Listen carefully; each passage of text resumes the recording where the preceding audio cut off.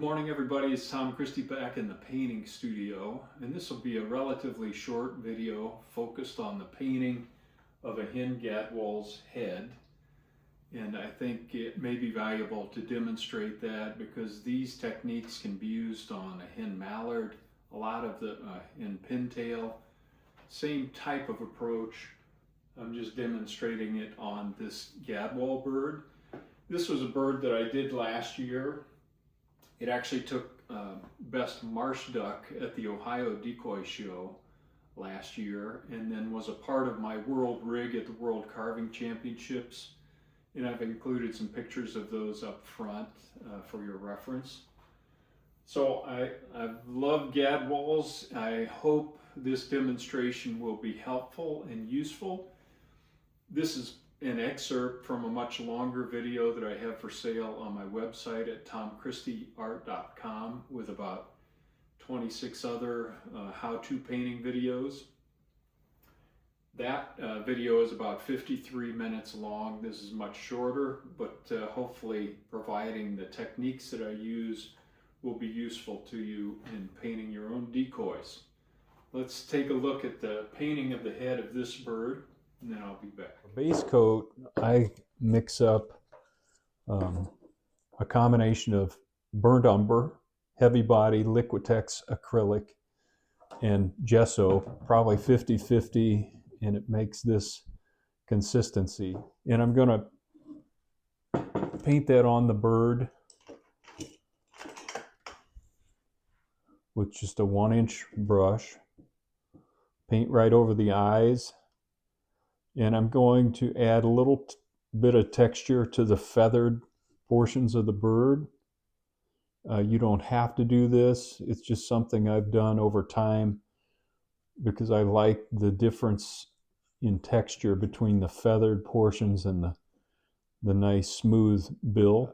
I'm going to put a little on the palette, and I've got some just packing sponge, and I'm going to use that to go over this. I don't want this to be a real rough texture, so I'm going to work it down where it's just very minimal, but it does give me a little bit of surface to do some dry brush techniques on. All right, I wanted to start out by mixing a couple of base colors, and we need quantities of both of these, so I've mixed them in little film canisters.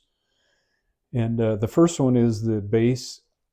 I happen to have a nice hen gadwall mount here, so I'll refer to that as we go. But the first one is the base head color, and this is 70% white gesso, 20% raw umber, 10% raw sienna to get this buff color. I want to use the airbrush to darken the crown, and I'm mixing up with water in a little container and getting it to the right consistency that I can spray it. Just going to hit the crown up to the bill, and then the back of the crest or the back of the head here. Here's just a quick shot after the airbrushing. Starting on the face ticks, and I've got a mixture of burnt umber, lightened a little bit with the face value, and then some raw umber added so it doesn't get too gray, kind of brown things up. And I'm just going to go at this slowly and put my face ticks in little groups of 3 and 4, and try to keep a V shape in mind as you're going back, or at least I do.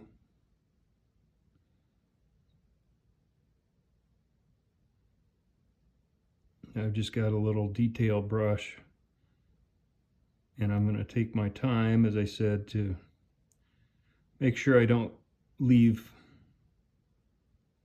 a blob or something that looks out of place. And we want this pattern to be pretty random.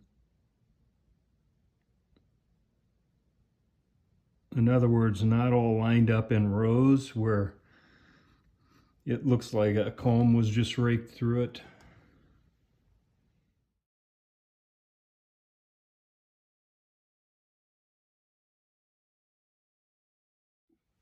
just an updated view, and I'm adding a little more burnt umber as I get closer to the back here and the neck and the crown. I completed that first pass all the way around both sides. Now I'm going to go with straight burnt umber and start putting some ticks in the crown. This crown gets pretty dark, and this burnt umber will help us darken that up and add some depth and some feather markings. And then I'm going to work to the center line up here and then go the opposite side, same thing. Now I want to take burnt umber on a little scrubber, not a lot of paint and not a lot of water, and dry brush scrub this eye stripe. It kind of goes from the eye forward. And I'm going to build this up slowly because we want it to be nice and soft looking. So I'm going to darken it with multiple passes here.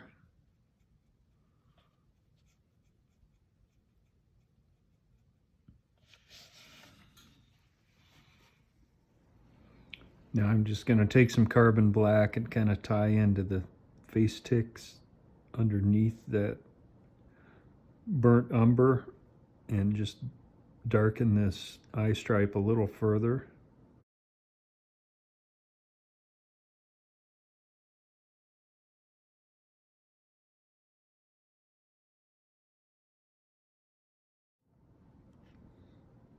And then I'm carbon black right around the eye itself.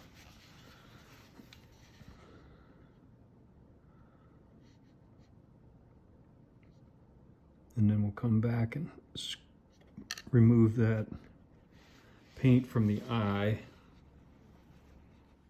Now I want to add some of these light feather tips and edges to the crown. All right, I took the original face value, added some raw sienna to it and a little raw umber so that these aren't too bright. And then I'm going in between the dark markings and just adding some lighter tick marks like feather edges.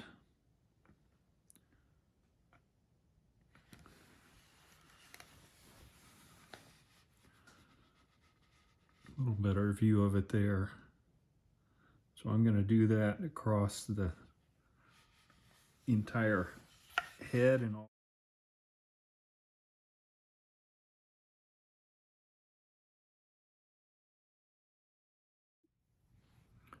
I'm using the original face base color and just going in and putting in a few feather barbs going down into the breast from the neck just to soften this transition. Now I've added a little smoked pearl to the original face base color, and I'm just using that to go in and put some little ticks between the dark. And this will give it a more three-dimensional look and also lighten this cheek up a bit.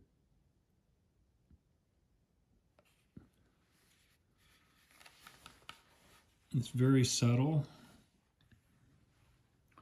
I'm using a little smoked pearl and just going to put an indication of an eyelid down here just to kind of set off the eye.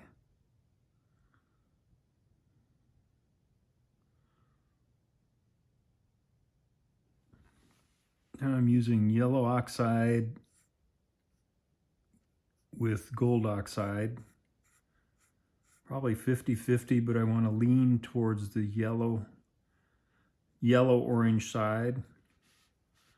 on the bill, and I'm gonna just block that in the base color. Couple of coats. And I'm gonna take burnt umber on a little filbert. And we want to darken the top of the bill down through the nostril. Kind of fade it out on the sides here.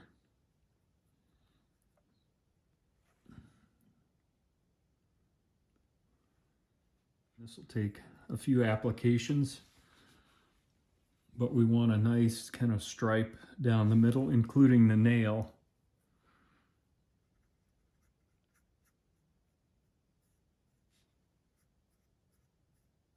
So I'll work that for a while and then come back. Now I'm using a little scrubber that's been kind of scrubbed down into a point, and I want to just put some dots and markings on the side of the bill here.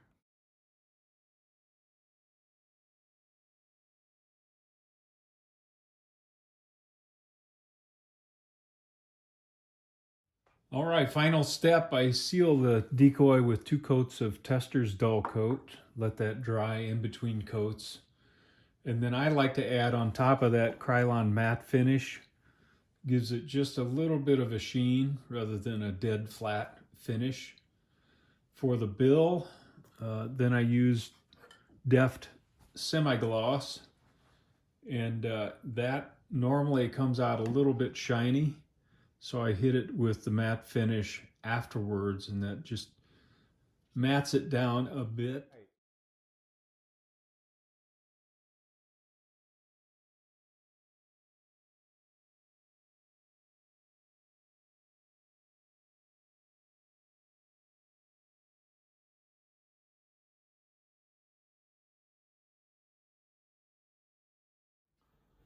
All right, pretty quick video. I've included some reference close-ups of the bird, just so you can have those to refer to as you are working on your own bird, and hopefully those techniques will be useful to you.